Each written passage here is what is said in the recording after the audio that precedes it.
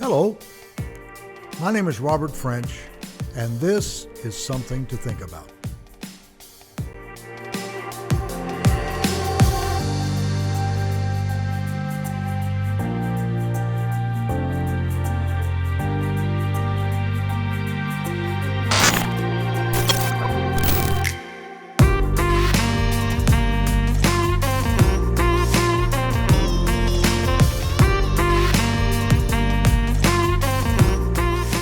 I want to begin today with a couple of verses of Scripture found in the book of Revelation, chapter 18, verses 4 and 5. Then I heard another voice from heaven saying, "Come out of her, my people, lest you take part in her sins, lest you share in her plagues. For her sins are heaped high as heaven, and God has remembered her iniquities." The poet Mantuanus, who lived from 1447 to 1516, is referenced by the Bible commentator Adam Clarke concerning this passage of Scripture. He was born Battista Spagnuolo Mantuanus, and he was an Italian Carmelite reformer, humanist, and poet. He made this observation of Rome, writing, "Ye who desire to live a godly life, depart, for although all things are lawful at Rome, yet to be godly is unlawful." I cannot help but compare this statement with what is going on in our country today. It seems to be lawful for criminals and people of all kinds to openly destroy private property, beat people unmercifully for nothing, loot stores, and burn buildings and cars, and by the way, ignore social distancing or the wearing of masks. On the other hand, people who have tried to protect themselves and their property are held accountable, like the husband and wife who were simply defending their home here in Kirkwood, Missouri, and were charged with a crime by Kim Gardner, a district attorney. It is truly a sad state of affairs when law-abiding people, just trying to protect themselves and their property, are charged while criminals are ignored, as though they did nothing wrong. The Scripture tells us that there would come a day when men would call evil good and good evil. I think we have arrived at that day as we see it happening right before our eyes.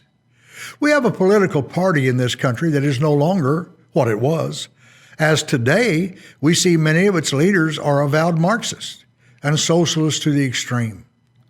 I know it is not the majority of this party that think this way, but all it takes is its leadership to sway and control its ideology to slowly change what it stands for. President Kennedy was a Democrat, and I remember him being in office. I've said many times that he would have been considered a conservative compared to those in control of that party today. I remember a famous speech by Nikita Khrushchev when he took his shoe off his shoe and began to pound the podium, saying, "We will take America without firing a shot." I wonder how far we are away from what he threatened. Our young people have been indoctrinated rather than educated in our schools and universities. They do not know our history and what our country is about.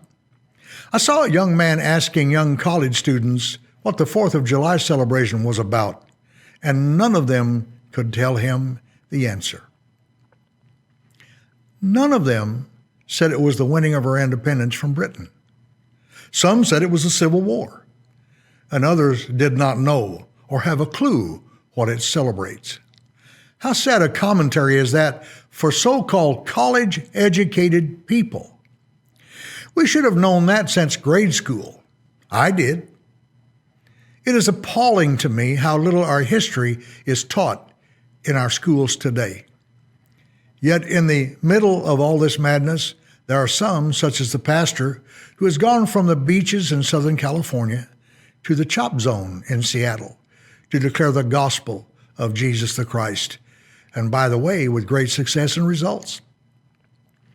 As believers, instead of cowering in our homes in fear, we need to be bold in declaring the good news of the kingdom of Jehovah that will soon be set up on this earth.